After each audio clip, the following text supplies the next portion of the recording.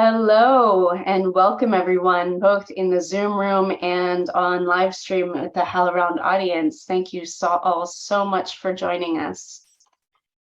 I'm Andrea Assaf, Artistic Director of Art to Action, and it's really an honor to be co-presenting this series with Animating Democracy. Hi, Pam.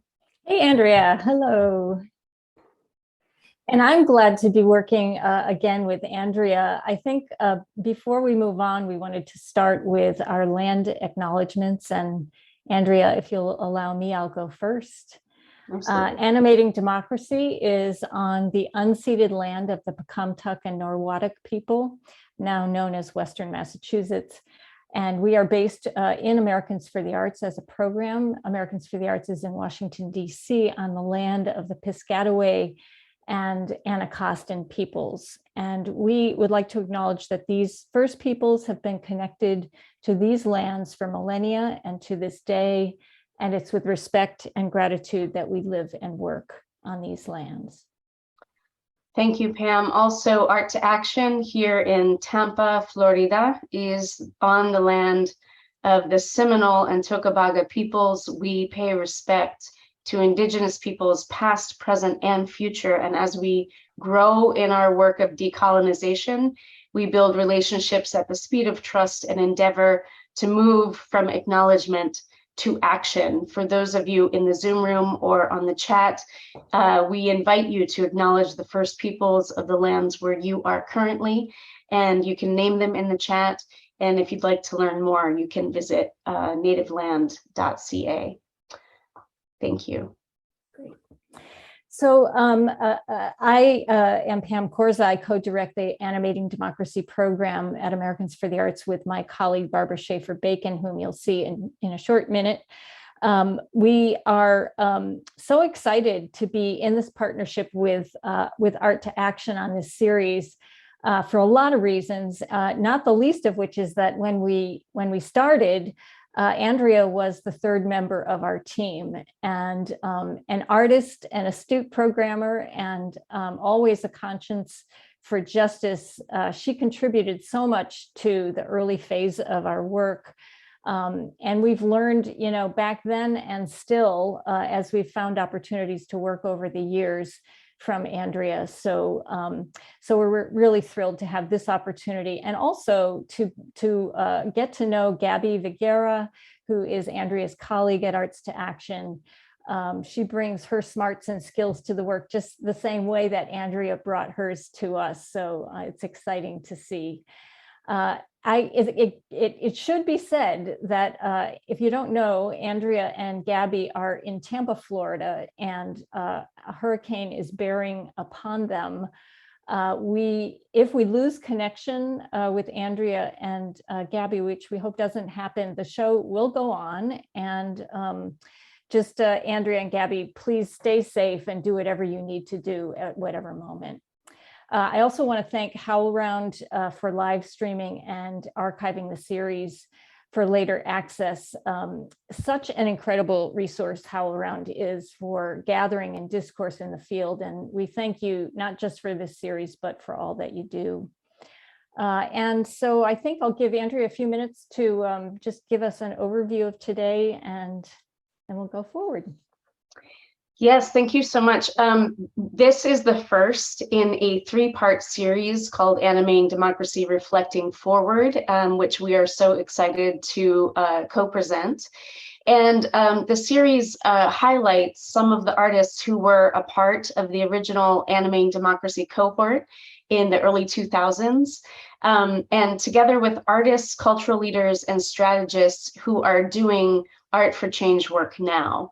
And so we're excited to revisit with some of the artists and projects that were part of the original Animating Democracy cohort, as well as look at what's happening now and what's moving us forward.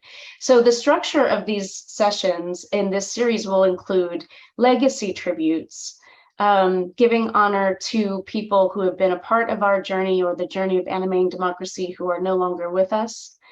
We will also include an overview of Animating Democracy's history and impact, which you'll see in a moment.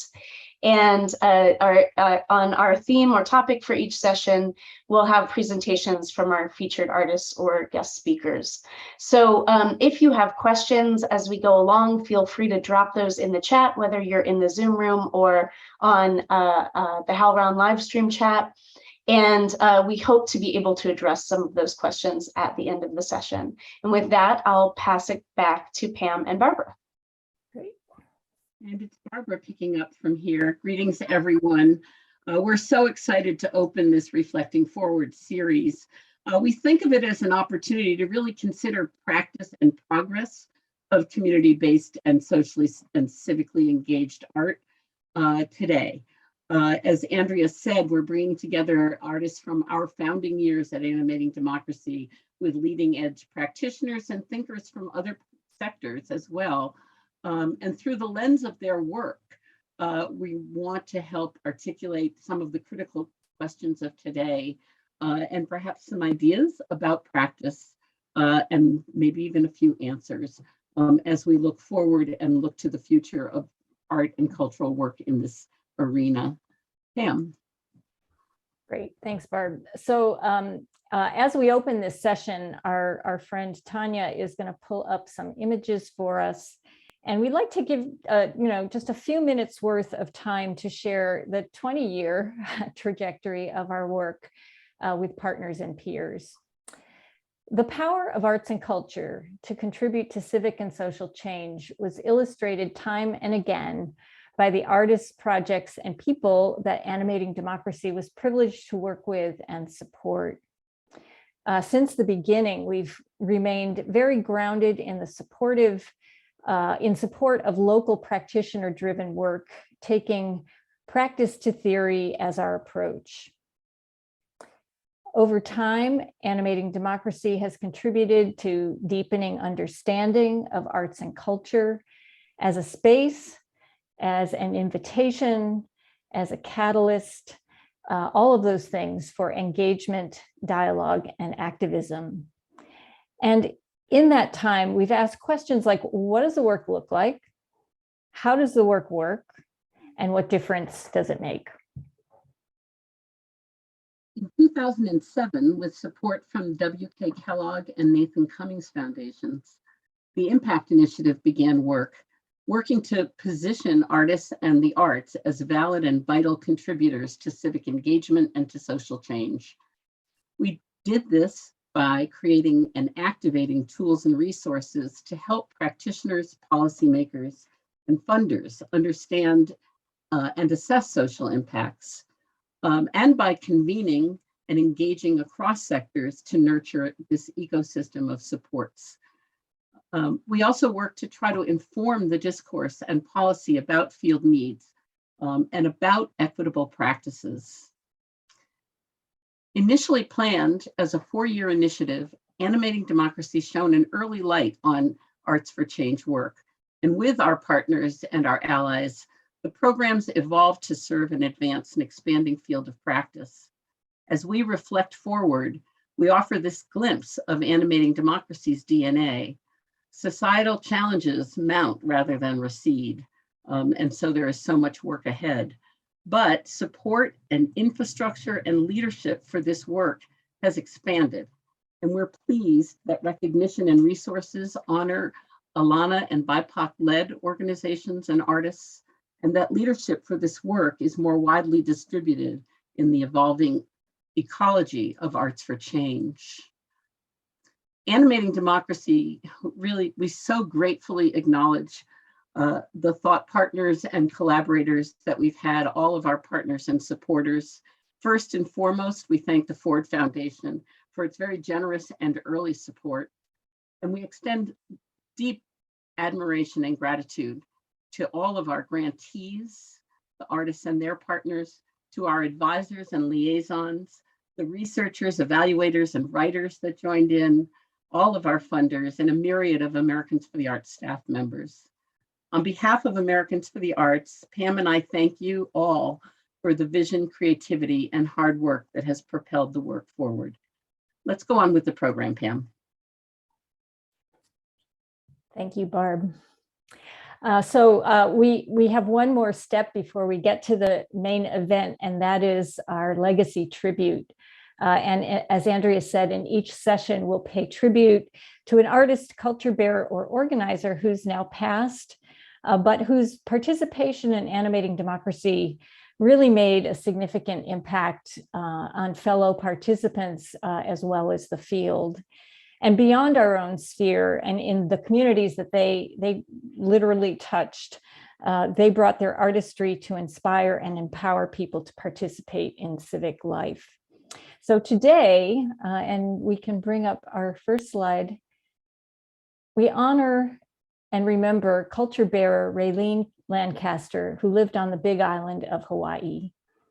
A master of hula and a beloved teacher, Raylene's mission was to keep Hawaiian heritage alive through chanting about the old Hawaiians, their legends, their stories, and through dance.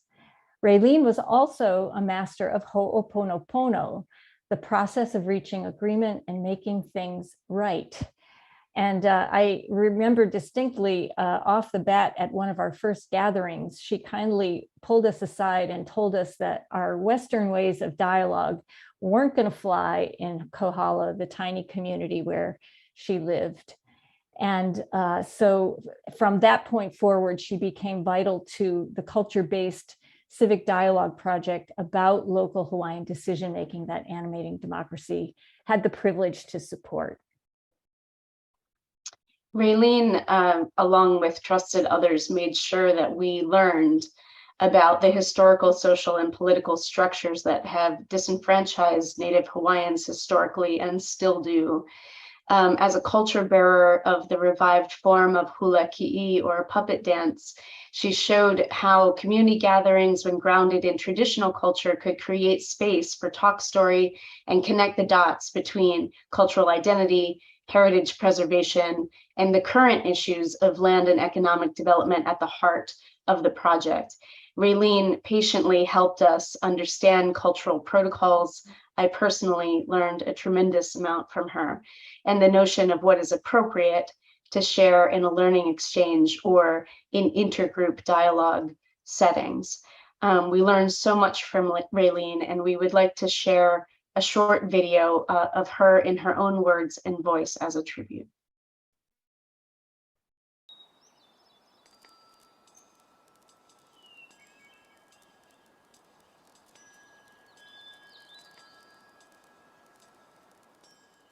This oli, or chant, is one that is an expression of life, an appreciation of what life is.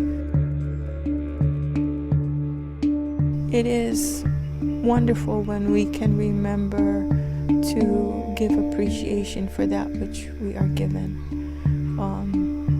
for this place that we live, for its mountains and its oceans and the land and all things that grow upon the land and dwell on it and fly above it and swim within it and crawl within it.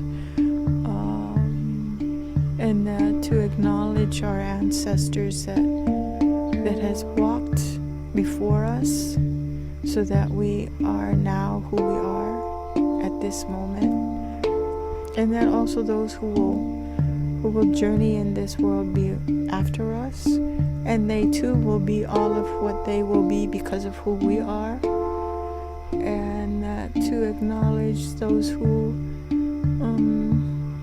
guide us and inspire us and encourage us.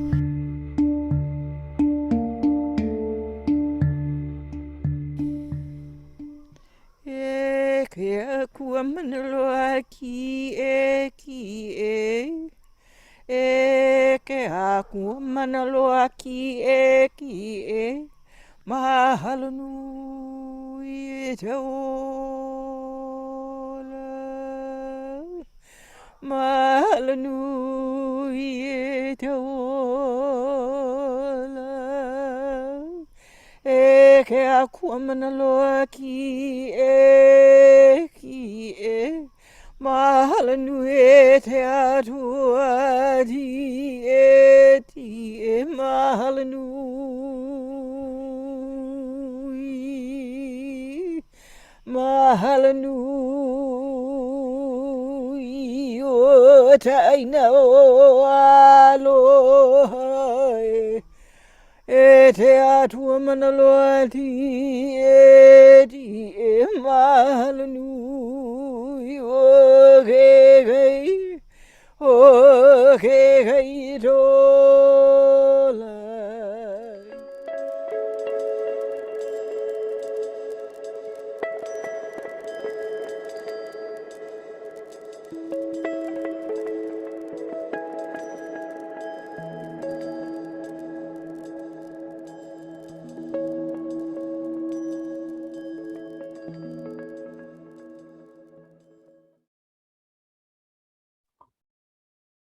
To view the full video tribute to Raylene, please visit Be Love on YouTube. We invite folks in the chat on the live stream or in the Zoom room. If you knew Raylene and you would like to share a memory or thought about her, please do so in the chat. We also invite you to uplift other arts and culture leaders who have passed, whose contributions have made a difference to you and in this work. And we will be offering more tributes to people who impacted us deeply throughout the series. Thank you, Pam, and the cosmic thank you to Raylene.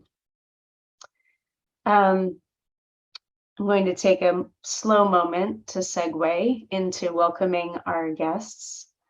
We'll go ahead and ask for slides of our guests today.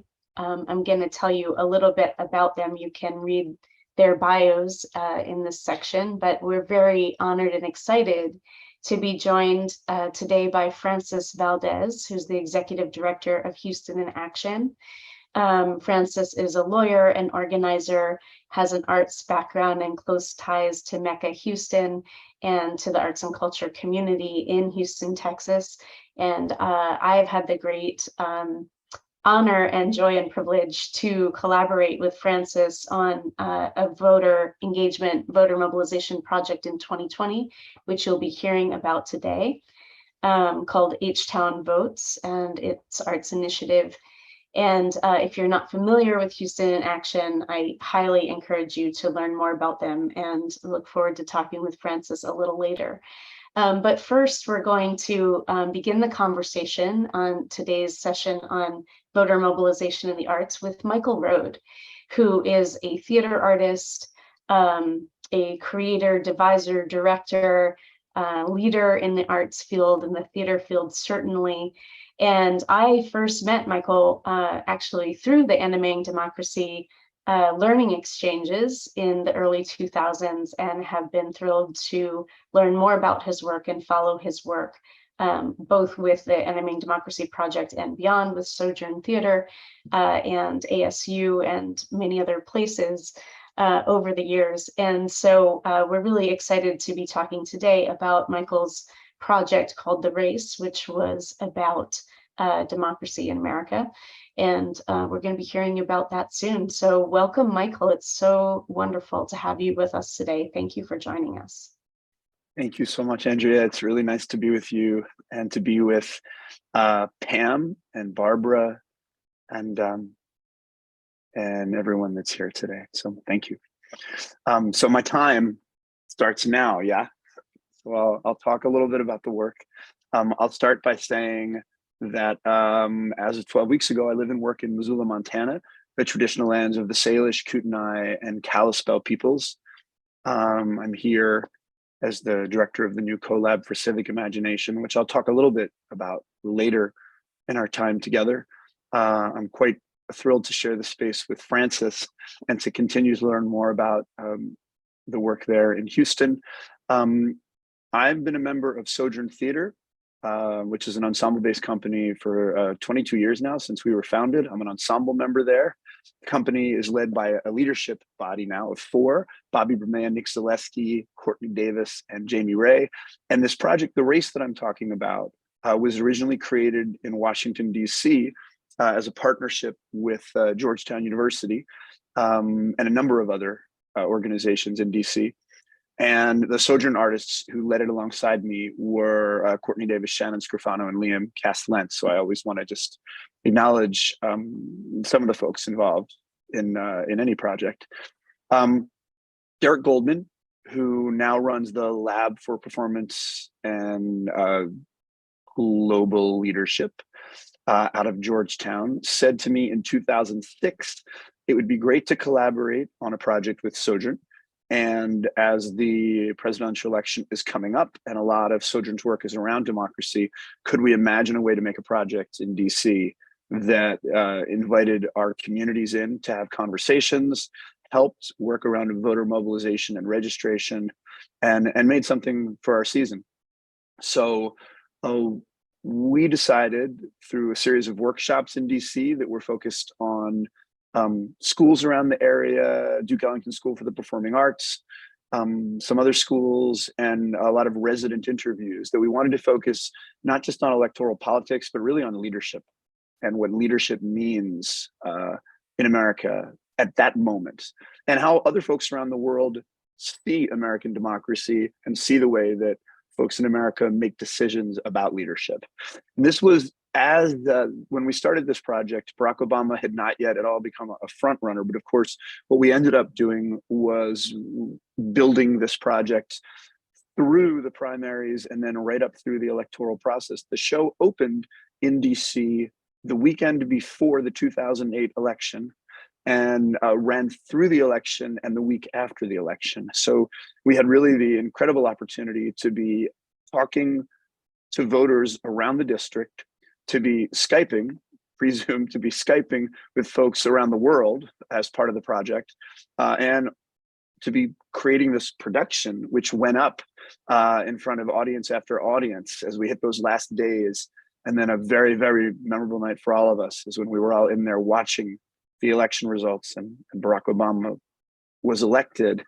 And many of us involved in the project just walked out the doors of the theater down to the mall and down to the White House to celebrate with just crowds of folks in DC. The relationship of the work for us to democracy was just to host conversations in lots of different ways on that campus where the project was happening, in the community, on DC buses. We were out doing a lot of interviews on buses for that project. The piece itself was a 3-act structure. The first act was sort of performative in this proscenium theater. The second act was completely improvised based on a set of questions that changed at every performance about what leadership means in this country at that moment. And then the third section brought the audience down onto the stage and created a sort of in the round close-up experience that turned into full participation. We did karaoke with the audience on famous political speeches. We had song and dance. We had the audience acting as political consultants, helping prep fictional candidates on stage to sort of get folks on their side. And throughout the process, up until election time, all the events, all the engagement included ways for people to register and to get involved in the vote in the DC area. Fast forward to 2016, and I was just arriving at Arizona State University, where I was an institute professor alongside Liz Lerman, Maria Rosario Jackson, Daniel Bernard Romaine, and Wanda de la Costa. The 5 of us from different disciplines brought in to help think about the relationship of the arts to community, to civic imagination, which I'll talk about a little later as well. And I got invited to restage the race. So I built it again with students and community members, except this time a difference, again on election day 2016, was we spent the 8 hours before performance time yielding the stage to community organizations from all over the Phoenix area. They could have 15 minutes. They would come in, they would speak about their work, they would give a presentation, there'd be a performance. It was really an amazing 8-hour marathon. And then at the end of those 8 hours, a remount of the performance from 2008 went up, of course, with a new cast and some slight alterations. And of course, the thing that really happened that day was during the performance. The performance includes live news footage. So CNN at different points in the show comes in every iteration. And of course, we were on stage Pacific time when the election became clearly Donald Trump's. And to be in a room with hundreds and hundreds of people, many of whom had been together for hours and hours and hours, as that result became clear, was a very intense and unforgettable experience, which I don't have time to talk about in this moment, but I'll just say that when the piece ended, and it ends with the audience offering hopes and fears for what comes next in terms of the relationship of leadership in America and democracy, it was quite something. And I will fast forward to 2020 when we decided to bring the project back, but not just to do the performance, but we really wanted to respond to folks who'd asked us about creating their own versions in different places around the 2020 election. So we made the piece open source, and about 14 sites around the world, most of them in the US, but one in South Africa, one in Great Britain, staged the piece in the weeks leading up to the US presidential election 2020 in very different ways that were very specific. I'm going to ask if I can have slide 1, because of course I forgot about my slides and jumped into my talking. I'm going to jump back and say that we were a part of Animating Democracy at the beginning, and this is a project we did in Lima, Ohio. That's slide 1 there. And we worked for a couple of years with Pam and Barbara and Andrea and others, building in the community of Allen County, Ohio, a documentary theater project and community dialogue. Slide 2, please. This is a slide from the DC version of the race. Slide 3, please. This is a slide also from that production. That's someone Skyping in, I believe, from Hong Kong. Slide 4, please. This is a shot of the ensemble in Arizona in 2016, just before we got the election results. And slide 5, please. This is at our website. The address is there. If you go there, you can see some of the different sites that participated in the Open Source Festival in 2020. And that effort also invited folks around the country here to bring performance, community dialogue, and voter mobilization and registration into different kinds of community and art spaces. And then we remounted just before the election, the Georgetown production with some of the original cast and current students at Georgetown, and then residents and community members from around the country who were working on other projects. And we did that as Zoom theater during the pandemic, and that became sort of a hub for the different national productions going on. I think I'm just gonna kind of stop there, and maybe in closing, just say that our observation was that as the nation's gotten more polarized, and as democracy has gotten perhaps more and more endangered, although never fully implemented or accomplished in this country to begin with, we have found that spaces for public discourse and civic imagination have become more crucial than ever. And we've found that these kind of theater, dialogue, community relationship building and capacity building efforts seem more urgent than ever. And so we continue to explore ways to both make models that are shareable, replicable, and modifiable. And we continue to figure out how we as artists and those we work with can build capacities to listen and translate across fields and ideas, and bring creativity to the needs of the moment. So Andrea, I'll pass back to you. Thank you. Thank you, Michael. That was, it's so exciting to hear about this project, and specifically a project that is iterative and evolved over, not only over time, but over multiple elections and political contexts. And it's really interesting to hear how the experience of the project shifted as the political times have shifted. And maybe that's something we can engage in the conversation a little bit later. But now we're going to turn to Francis Valdez with Houston Action and hear about the H-Town Votes project in 2020, and also what artists are doing now as we approach the midterm elections. And then after that, we'll have a conversation. Welcome, Francis. Hi. Hi. It's great to see you and everyone on this call. My pronouns are she, her. I'm the executive director of Houston in Action. And Houston in Action is a community of organizations, artists, researchers, philanthropy, and organizers. Our work is guided by our collective mission of increasing access to civic participation and breaking down barriers that have limited historically marginalized communities access to participation in civic life.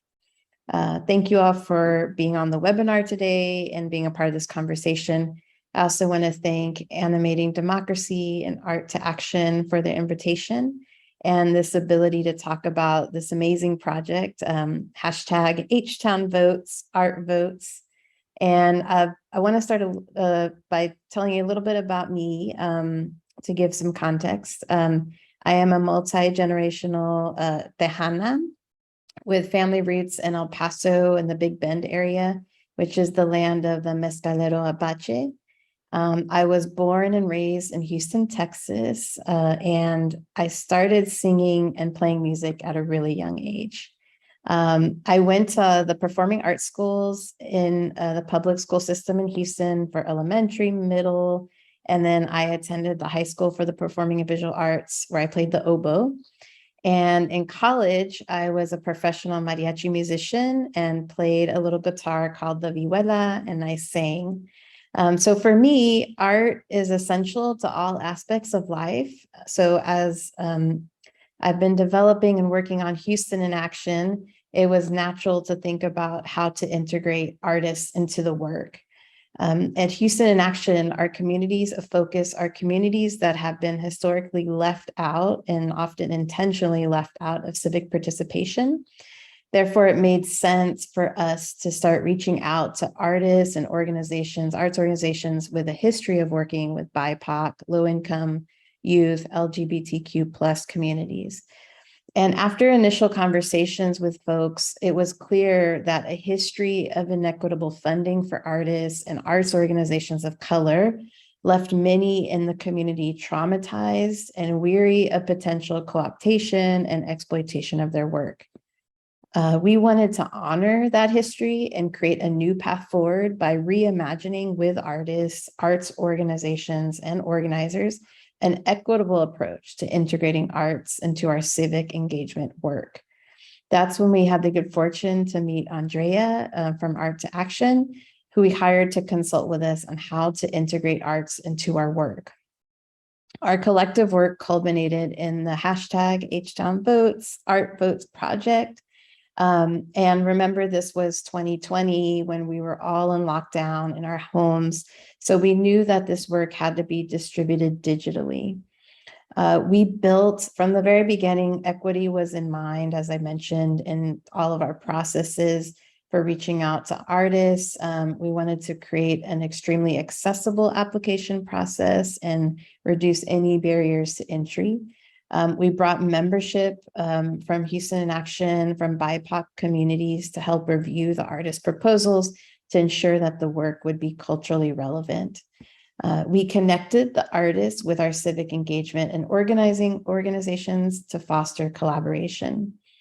And the selected artists and arts organizations were organized into a cohort where we train them also on organizing, communications, and digital organizing. There's another aspect of the work that I wanted to uplift that was really innovative, that our team developed a strategy for, we also realized, again, since this was going to be digital work, we had to develop a strategy for getting this out in front of communities. And so we worked with local DJs and influencers from the Black, Latinx, and AAPI communities, where some of the artists were interviewed to draw a larger audience. The voice of the influencers and artists made an impact on their niche audiences that may not have been exposed to civic engagement content otherwise. And the interactions with the local Houston influencers stimulated conversations and thoughts that a traditional advertising campaign would not have been able to deliver. In total, we estimate around 33,000 people were directly engaged with organic messages and sparked conversation among local communities with no ad spend on social platforms. So I've talked enough at this point, and now we have a video to show you some snippets of the actual work of the artists and organizations.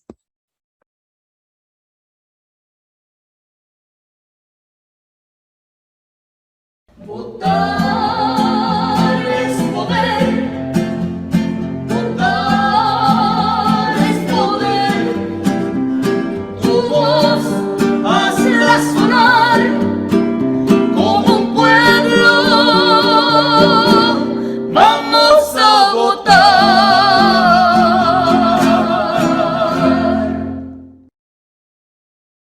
We're looking for anybody who is a person of color to be authentic to their communities and try to engage them. Right. I mean, how powerful is that? You know, Definitely. if and here you have Houston in Action saying, you know, you do you, whatever skin you're in, but then also figure out a way to engage the audience. And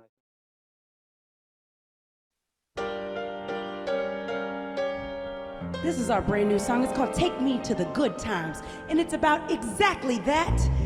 I know we all going through it right now. We all going all the way through it. But the thing is that we need to take our energy up, up, up, up, up. Let's do it, hey. Shake the negative energy off. Hey, shake the negative energy off. Hey, shake the negative energy off. Dust it out, hey. I just gotta get out. Most days you see, I like walking around. It's good for me. Could you for me where we could go? We could do for the good times.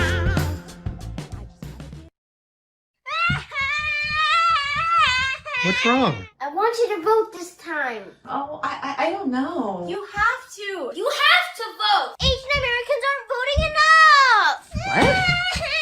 Asian Americans had the worst voter turnout of 2018. Only 40%. That's not enough. That's an F. It takes a friend to get a friend to vote. Meet Danny Mesa, a Baker Ripley community organizer who is helping his community seize the power of voting. Started seeing myself more like empowered, you know, in terms of like I can make change and I can like use my voice to help others. If we're not taking part in our democracy, in our, you know, civic engagement, we're probably gonna lose it. I was finally able to shake that weight off my shoulders. Many of my friends, classmates, and sorority sisters weren't as lucky, but a year later, we traveled to the state capitol to advocate for the Texas Dream Act. Since then, I check my privilege at the polls and vote to give a voice to dreamers, immigrants, workers, and families. Voting is power. Vote early.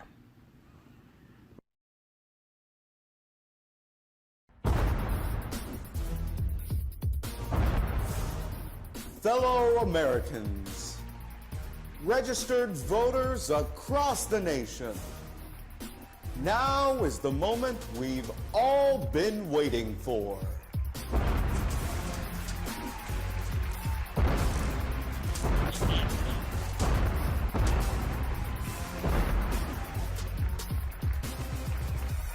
Let's get ready to vote!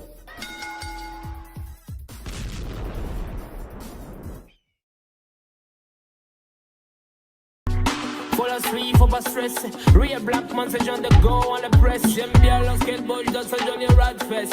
Elle m'avait venu, elle a mis fait des détresse. La gueule, la gueule, la gueule va me guiller. La gueule, la gueule, oh la vie, la gueule va me dire. Laissez-moi faire le tour.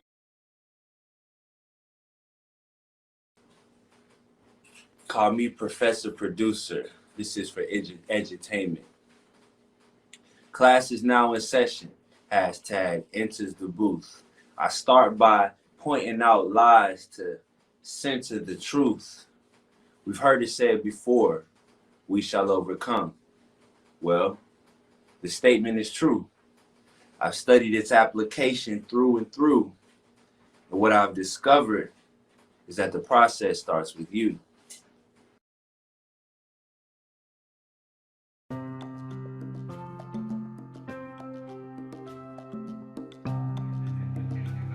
Hello, everybody. Good morning or afternoon, depending on where you are.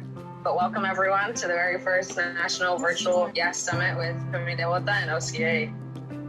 Hi, all. My name is Stephanie Prezatega. My pronouns are she, her, hers. I'm going to be a freshman this year at Lehigh University in the fall. I live in Houston, Texas, in the Gulfton neighborhood. And the life I've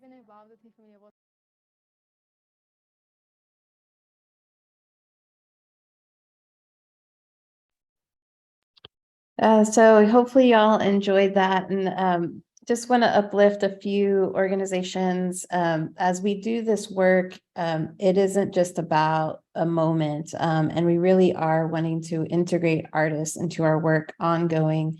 And so a few of the organizations and individuals from that, those clips are still involved. Riaz Cavalli and Mecca, and still involved in now involved in our 22 election campaign. And for you artists out there, it's really important for you all to come to these spaces. You are integral to the work, and important for you to be there at the very beginning. And Houston in Action is committed to including arts in every campaign we undertake. Art speaks to our souls, it reaches new audience and creates narrative change. So thank you again for this opportunity, and I'll end now to allow for questions and conversation. It's not working. Thank you so much, Frances. It is really wonderful to see all those video clips, and as someone mentioned in the chat, all the different approaches to the work that the various artists took. And it's really exciting to see these two projects, The Race with Michael Road and Houston in Action's wide array of 10 projects with H-Town Votes engaging voter mobilization. It's very interesting to see these two projects together. And so this is really just an opportunity for us to have a conversation or begin a conversation between Frances and Michael about what's coming up for you as you saw each other's work and learned a little bit more about it. Michael, I might give you the first response to seeing some of the H-Town Votes work, and then Frances, what came up for you seeing the project, The Race? Sure. Hi, Frances. It was great to see that work. We've now been in a couple of conversations, but to actually watch the whole video and hear you talk about it more in depth was really awesome. So thank you.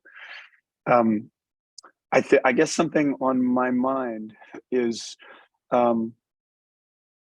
the relationship between the use of social media and video formats as a way certainly to reach people where they are, and to and to get to channels of communication that are there and that are used, and the historic organizing work that is live and in person and in space, and resistance in space in addition to sort of resistance in social media.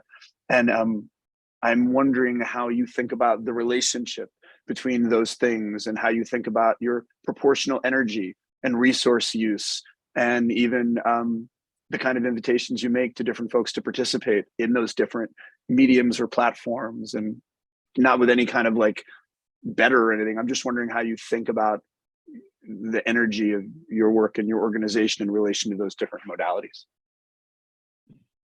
Yeah, thank you. I know it's actually, I guess my response actually is connected to something that came up for me when I saw your work, which was how the context, the historical context of our work impacts us so much. And so a lot of this project was about context.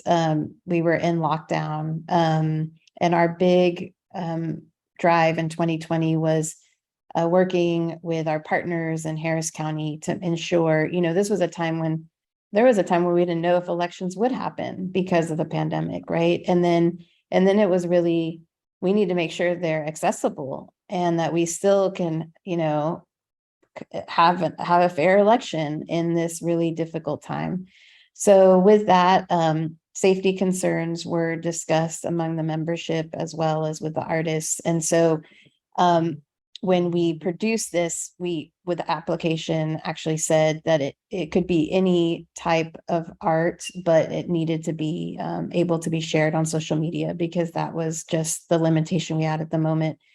And generally, though, our work really, what matters is the audience, and the audience that you're trying to reach and move. And for us, as I mentioned, our communities of focus are low income, BIPOC, LGBTQ plus young people, folks who have not been involved in civic engagement and intentionally left out in many ways. And so we also made it very clear that the artists we wanted to work with had a track record and the cultural relevancy to speak to those communities, and we partnered them with the organization. So you'll see a few of the instances. The video at the end, Voto Texas, I think it was called, was actually a collaboration of Mi Familia Vota, which is a partner, and the artist documentarian. So we also really encouraged collaboration, and Riaz Cavalli, also their video, which wasn't shown, but Sunny, who's was in an interview in the video, they also worked with a group called Mgage. So we made sure the artists knew that, you know, they obviously came with their own experience, and we wanted folks that had that lived experience, and then to work with organizations on what would be the most culturally relevant content to move the communities that we were focusing on. So really what matters to us is the community, and that's where we always start. This is actually a great kind of beginning of the conversation that I wanted to prompt, which is about cross-sector work and like the different forms that it's happening in both of these projects, and particularly because I think this can be really instructive for people who are out there thinking about, as artists or cultural institutions or cultural workers, how can they you know, get involved in preparing for the midterm elections or other aspects of animating democracy. And so I wonder if you could share some observations, both of you, about cross-sector work in relation to either community building or building community capacity or coalition building, or perhaps collective decision-making. Michael, I know a lot of your work engages how theater can be part of that process. And for Houston in Action, you know, how artists and activists can navigate working together when sometimes we work in very different ways or even on very different timelines, and there's some kind of cross-sector translation that has to happen.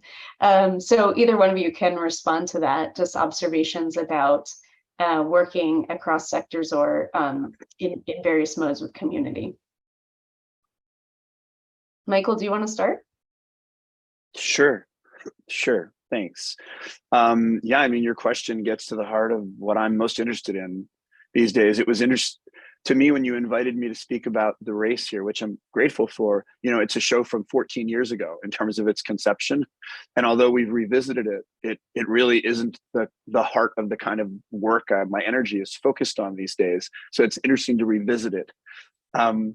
A lot of my energy now is on cross-sector capacity building and thinking about both how to help artists across disciplines be prepared translationally and orientation-wise to engage with folks in housing and transit and public health and education, not just to make their product, but to bring their assets and tools to bear on process.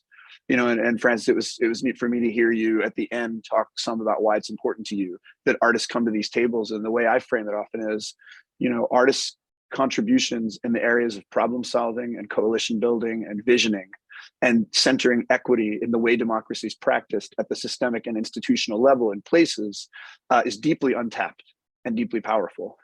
And so a lot of my work is on figuring out how to help artists who have an interest in moving in that direction do that work, and help artists who don't know they may have an interest in it recognize that their assets can be deployed in that way.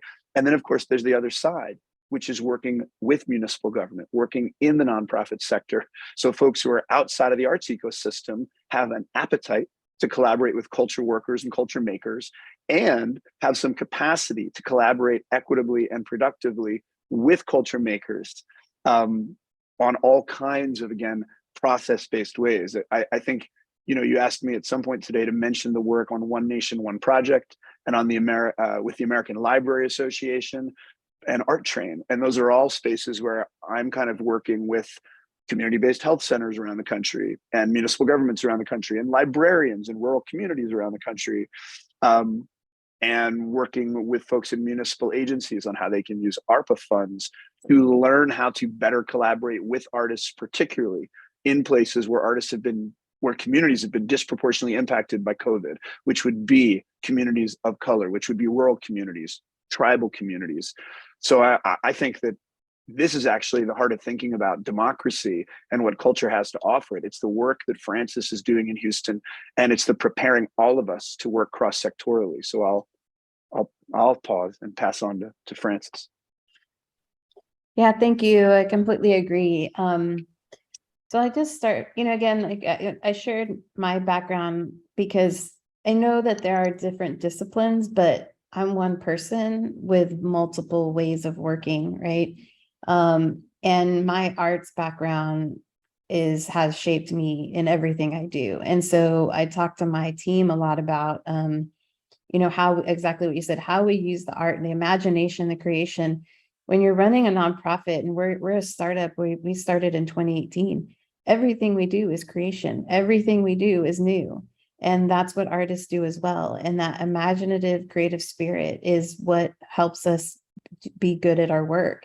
I want to give a shout out to my team member, Ali, who's also here and is a professional vocalist. We have many artists on our team, and they're brilliant, and because artists are brilliant. And so I guess I know that there's different disciplines, but I see it almost not different, I guess, is kind of my approach, is that I don't see the distinction. I see that there's essential elements and so many talents. Our work at Houston Action, we are a collective, and so we have to engage art. That's how many people are moved. That's how many people feel and think and navigate the world. And so if we're trying to move folks to be more involved in organizing or elections, how could we not involve it? And so I think what we're really doing is breaking down the silos that have been created and going back to hopefully where I think it should have always been, and not having those silos.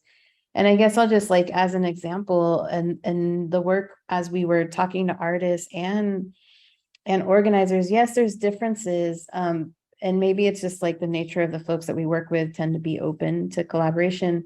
But the feedback we got from artists was, we want to learn about organizing, and not just to move people around the issues that other organizations are working on. They want to move people to move more arts money. They want to talk about arts education. They want to talk about all the things that artists need. And so we've really been uplifting artists to reclaim their identity as organizers, and essential to do the work for themselves, and vice versa. The organizations and organizers want to learn from the artists. They know that they bring a different way of thinking and different ways of showing the work and moving people. So we've had some really great experiences. Of course, there's differences. And it's basically what we've found is, you just got to explain what we're doing. And there are parameters, because of course we're nonpartisan. And so what we did, and Andrea supported us with this, is in all of the work, and especially in this work, we create cohorts often, where it's not just, oh, here's the money. It's, well, here's the funding plus structural support. Like I said, we helped them come together and support each other. We also gave them actual trainings, and they had resources. So I think it's also important for us to think about resource, not just in terms of funding, but the capacity building and the skill building that can happen as well. And in all of that, we also look for opportunities for the artists and the organizers to come together in spaces to learn together. So that's how we've gone about it. Thank you. There are a few questions popping up in the chat, which we'll turn to in a moment. But I did want to wonder if you could both share something about a challenge in this cross-sector work that maybe perhaps has been or presented learning moments. Speaking of learning moments, I'm sure Barbara and Pam will remember that in the early days of Animating Democracy, Michael, maybe you remember this too, we often had some challenges around dialogue experts and practitioners who really were advocating for multiple perspectives in ways of opening doors for for all kinds of points of view. And we often had artists who were challenging that and saying, I have a very specific point of view in my work.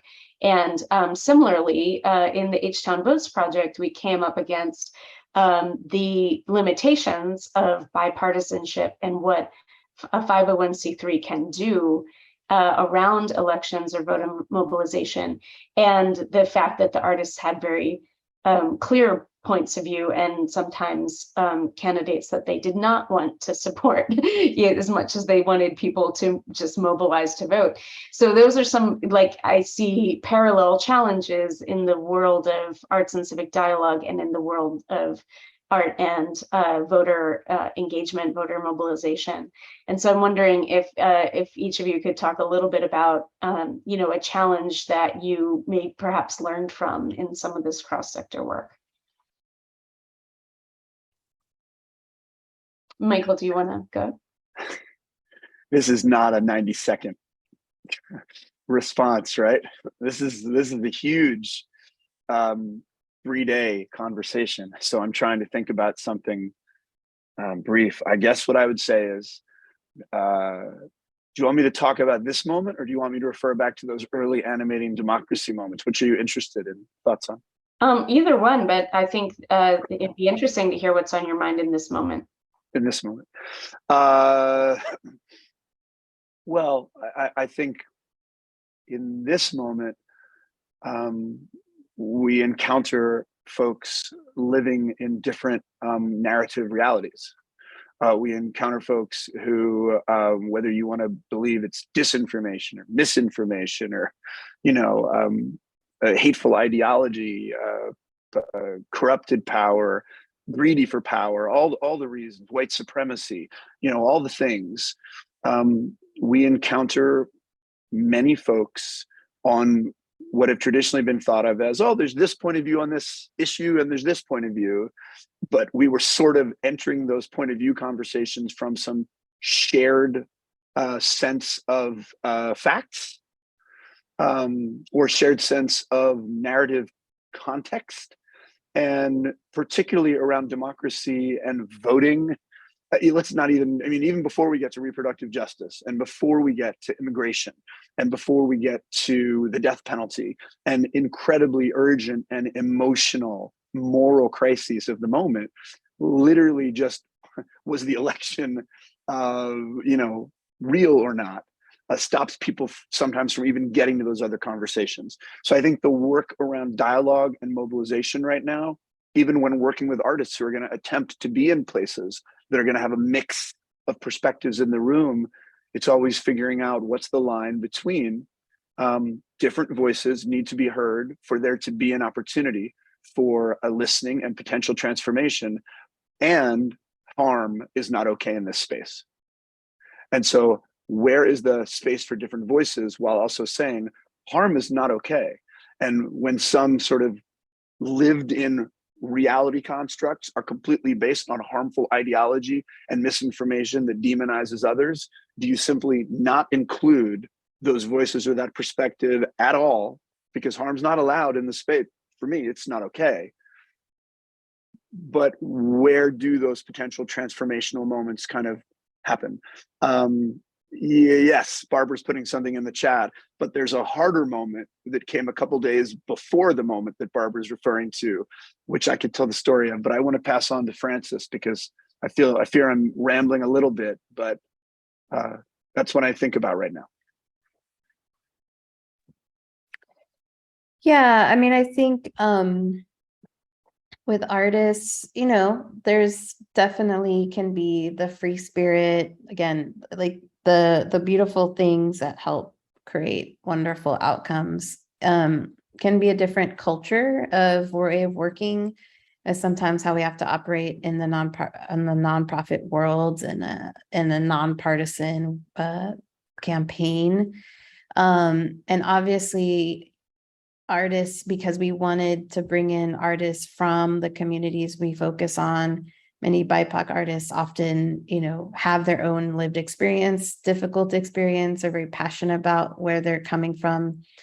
And all of our collaboration work think the only way that we can really work around this or just work through it together is being clear. You know, I think from the very beginning, we stated this is nonpartisan, and what that meant. And like I said, we had a lot of conversation and support, and we even had a process, you know, unfortunately, artists, you know, we didn't want to silence anyone, but we did have to make sure that everything was nonpartisan that was produced. And we had that conversation. I believe that was even in our agreement. So just being very clear and upfront about it.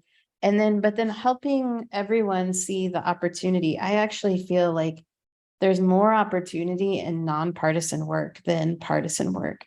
And the reason being is that partisan work is very character driven.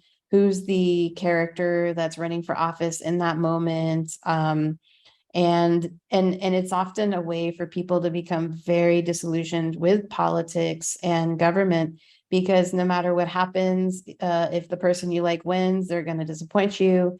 If the person you like loses, then people would stop wanting to stop engaging. And what I tell people is we focus on the communities. And to me, the opportunity of focusing on community and building community power never gets boring, doesn't get disappointing, because we're talking about people. And really our goal is for communities to become strong enough so that regardless of who's in power, they're heard and their needs are met. And so we just have to walk folks through that process. And I feel like we've been successful in showing those opportunities.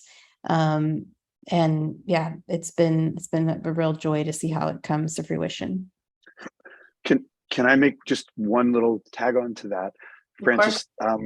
The way that I think about what you just said, thank you for saying it the way you just did. I think about that advocacy for collaboration is always, for me, more powerful than advocacy for persuasion in experiential terms. And I feel you sort of talking into that, and I feel that way as well, for the most part.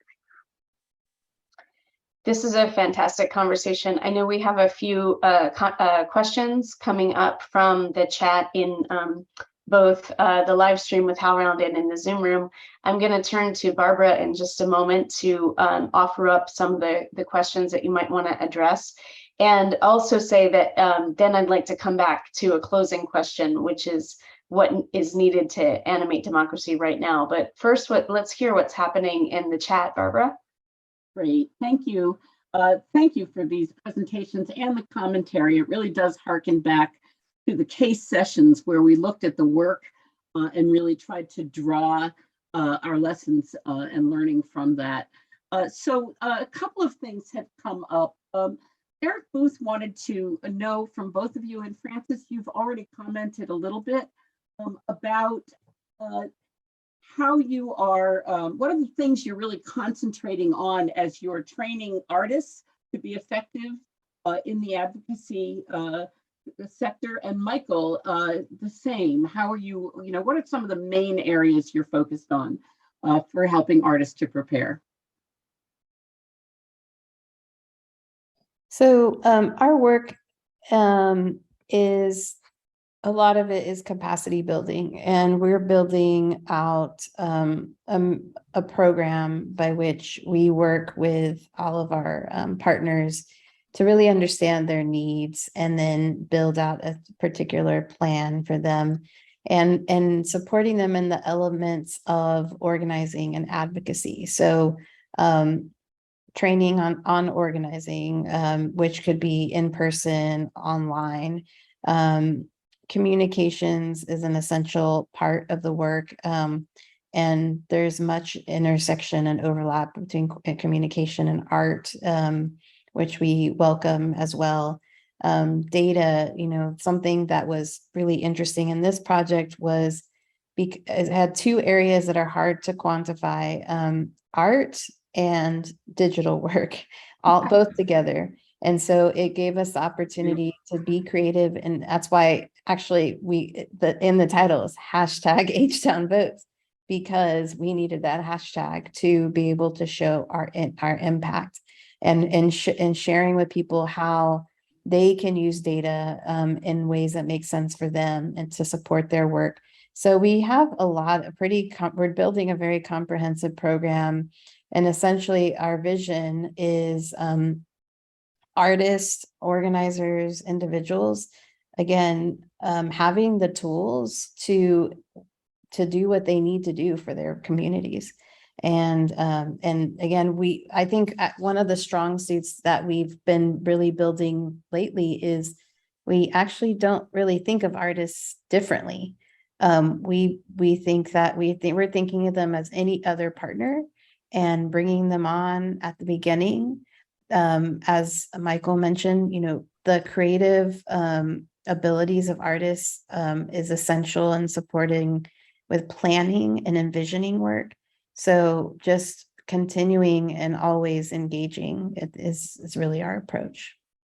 Yeah, I really heard then and now you're saying from the beginning, and a really integrated look that we used to talk about cultural organizing, and many people identify their work as cultural organizing. And it feels that you've really embraced that there. Joan Lipkin has been in on the chat, and she has worked with Michael and wanted us all to remember the Dance to Vote project, which Michael's put a link in the chat to.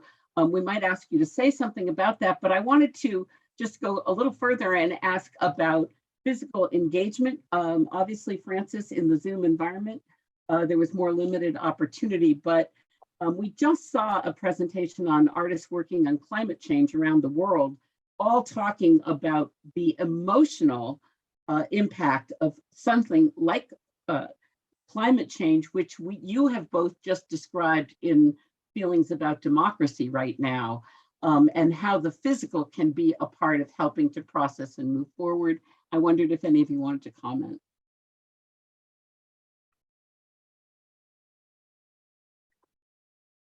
Can you say a tiny bit more about that, Barbara? Well, in other words, as folks are dealing with their emotion around democracy, with their emotion around the circumstances in their communities, many artists feel that the physical embodiment is one of the things that can really help connect or unlock folks for openness. And I just wondered if either of you would comment on projects that do that. I mean, I would say as someone who does a lot of creative facilitation work, both in process related to large arts-based projects and also just, as I think Andrea does, just bringing sort of skills as an artist to facilitation, not just in art spaces. I think embodied practices, groups together in space, doing things other than sitting and talking and listening, although that can be very powerful as well, but sort of getting the body engaged in a variety of ways, whether that's, as simple as the way we move around a room together, the way we take walks together. It gets a little more complicated. We might do some image work. It can be a little more interesting. We can get to movement or bringing stories to life. We can get to full-bodied sort of improvisational play. We can get to devising, which nothing is as fun as getting a group of folks in a municipal space up and devising something, and before they know it, they've made something with a little bit of abstraction and a little bit of literal, and suddenly the world seems a little less scary for a few minutes. And that's really beautiful. And I think, I think the embodied nature of that kind of participatory action helps us look through our eyes a little bit differently for a few moments or more. Yeah, I mean, the emotional side of all this, right, is very real, regardless of the issue. Again, for us, if it's something, most of everything we work on is very emotional because we're working with communities that have not been heard intentionally.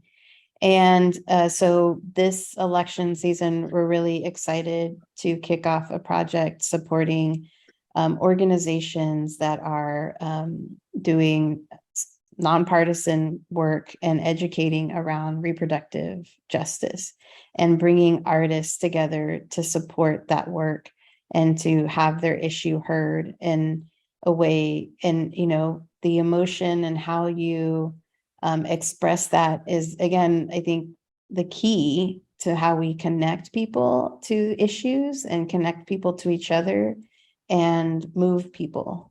And so, you know, artists obviously have different ways of conveying that, but it's essential in all the areas. And I know we had with Andrea after the election, we brought some artists together as well, 2020, to kind of help us process, because we knew it was a stressful time for everyone. And again, highlighting how artistic practices, I think journaling, poetry, different styles can support people and show them how to process emotions as well. So again, it's a part of everything. It's a part of the creation. It's a part of the implementation. It's a part of the process of processing. And that's just, you know, engaging in all those ways is important.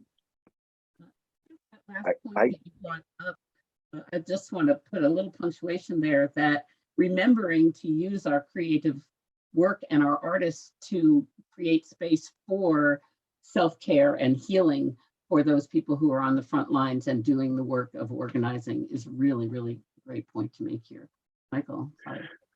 Oh no, I was just going to say, bringing it back to the race, the end of the performance in all the sites that I was a part of, DC, Arizona, and then the Georgetown remount virtually, but especially the Arizona one, to remind myself, you know, we were learning that Trump was elected. We were in the final minutes of the show. The audience is having a big emotional reaction, even though it wasn't entirely a Democrat crowd. It was certainly majority folks who were in dismay and despair at what they were seeing. And the end of the show is 8 tables in front of the audience and the cast doing a really lovely sort of rolling over the tables one at a time in unison. And it goes on for about 8 minutes, and the actors roll slow motion and then circle around and start again. So it's basically a loop of bodies moving while microphones are being passed around the audience, and the audience is completing the sentences. Right now, I feel hopeful that, I feel fearful of. And most of this audience in that moment was, I feel fearful of. And there were tears, like a lot of tears. But you're asking about the embodied. So this group of hundreds of people was watching 12 artists do something that took quite a bit of effort to sort of do and keep on the time. They were watching physical exertion. They were watching effort. And there was a connection in the room between the emotion that was coming out and the sense that this physical motion was happening not just in front of them, but for them, as they kind of offered these observations or deep feelings that got more and more intense as the minutes went by. And then of course the actors get faster and faster, which is the choreography. And, you know, usually when you ask about movement, I think about participation and everybody's body involved, not just watching. But this was a really interesting moment in my experience where we were watching bodies and it was contributing to our emotional release or our emotional working through what was happening real time. So I thought I'd bring that back in. Yeah, thank you for sharing that example. That's very powerful. We need to start to move toward closing soon, but Barbara, is there one more question from the chat that you'd like them to address? The last question was really around when does civic engagement start? Thinking about children. And thinking about the work around civic participation with children. I know, you know, my mom brought me to the voting booth with her for sure, but what more is being done now that can be, we can think about? Well, I think thank you for mentioning, because this brings up an important issue, right? That civic engagement is not just about voting. Young people can't vote, as there are many people in this country for different reasons that cannot vote. But everyone can organize. And that's really, you know, where the opportunities are for young folks that are under 18. Of course, you know, when they are eligible to vote, you know, registering and voting. We have a number of partners that work with youth. And you know, mostly we see it in high school, but sometimes a little bit younger, and really being able to, again, it's really about what's going on, what do you want to change, and how can you work with others to make that change, and having your voice. Again,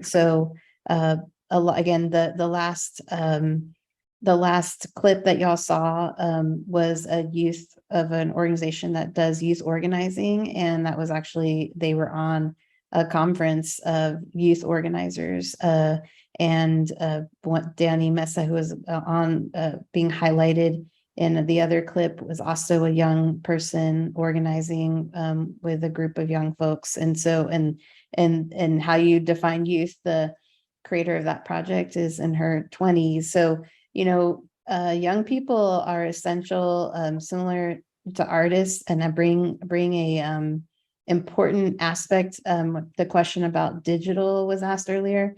They organize differently. The first clip you saw was TikTok, because if you're not on TikTok, I mean, that's where young people are at. They're not on the other platforms anymore, and it's all about content, and they know how to do that. And so, again, we have to meet them where they're at and work with them in ways that make sense. So absolutely, I don't know that there is an age that's too young to start being exposed to the potential for organizing. And I just wanted to say really quickly before I end, just to uplift also cultural practitioners. It's more connected to the last question that you asked, but it's not just artists, but cultural practices that are essential to our life. As a Chicana, you know, Dia de los Muertos is coming up, which is such a huge cultural practice for many of us, and artistic. And I know that Mecca, I just saw that they had such an emotional, beautiful tribute to the children. They built an altar for the children who were gunned down in Uvalde. And it was just like, it's heart-stopping to see that. And so again, you know, we can use our cultural practices. Many of us use, you know, curanderos and sage and things to protect our energy. And that's what we also see a lot of our community really open to. It's not just, you know, an art form in a more traditional sense, but the culture and food and the approach to life that can really connect people as well. Do you want a short one from me, or do we need to go on, Barbara? Yeah, short response from you, Michael, and then I'll move toward wrapping us up. Okay, I'll just say that, you know, in the last 3 weeks, these are 3 things that Sojourn Theater has done that I think are actually interesting responses to the question. Bobby Bermea and Sona Nankani led a project on racial justice and racial equity with a high school outside Boston. Bobby Bermea, Nick Zaleski, and Elisa Vera Ramos led a project at Brandeis University looking at climate change. They made a participatory devised piece about climate action and protest that just went up as a performance and conversation piece on that campus. And 3 of our company members are virtually in Oakland high school classrooms for the next couple of weeks, dealing with theater and social change and civic engagement. So I think one is all ages in the voting booth, in the room, on the streets. Kids should be with us, and art is a great way to be collaborating and engaging there. Absolutely. I also want to lift up, we saw a tiny clip of one of the H-Town Votes projects was Christina Wong, and she made videos with children in both English and Chinese languages. And she also has a YouTube series called Radical Cram School, which is about civic education and civic engagement of very young children. So I agree with what you're both saying. It's never too young to start. And so we're gonna move toward closing. This has been a fantastic session. I really want to thank Michael and Francis, and just everyone who's in the Zoom room and on HowlRound. Invite you to keep thinking about this question, that what is needed to animate democracy now, and how can we all participate in that, both in voter mobilization and non-electoral ways and beyond. So thank you, Michael and Francis, and back to Pam and Barbara. Thanks, everybody. I'm going to add my appreciation for you, Francis and Michael, for the reflection and for bringing your work into the space and your very full selves. You reminded me, Francis, that Esperanza Center for Peace and Justice was a part of the earliest part of Animating Democracy, and definitely brought us into thinking about cultural practice, as did Raylene Lancaster. And so thanks for bringing that in again at the end. Really, you really gave us a picture of what does the work look like and how the work works, and how it's making a difference. So the DNA is all over your work. Thank you. Pam. A big ditto from me. And I'm also seeing appreciations come in the chat box. So thank you. I just want to point us to the next two sessions in the series on October 13th, Art, Race, and Dialogue. This will surely be a really compelling conversation facilitated by Kim Pivia, a life strategist, writer, and Lumbee Film Festival curator, where two brilliant creators, filmmaker Katrina Brown and multimedia artist James Scruggs, will examine the role of art to disrupt narratives, reveal complicity, deepen dialogue, and make progress toward truth and reconciliation around issues of race. Both of them do extremely different kinds of work, so that'll be really interesting. And on November 18th, the Artistic Imagination as a Force for Change. This session is inspired by the late Grace Lee Boggs, Detroit-based activist and cultural worker. It delves into the relationship between our artistic imagination and social, civic, and political action, and how artistic strategies and emergent strategies can bolster movements and make progress. Presenters are Sage Crump, culture activist, artist, and facilitator, Jawole Zoller, founder and visioning partner for Urban Bushwomen, who is involved in Animating Democracy, and Adrienne Marie Brown, author of multiple books, including Emergent Strategy and Pleasure Activism. So we hope you'll join us for one or both of those. As you know, you can do that through HowlRound's live stream, or if you like, register through Art to Action for being in the Zoom room and the opportunity to request a complimentary copy of the book, Civic Dialogue, Arts and Culture. Thank you, thank you. Hope to see you there, and have a good evening.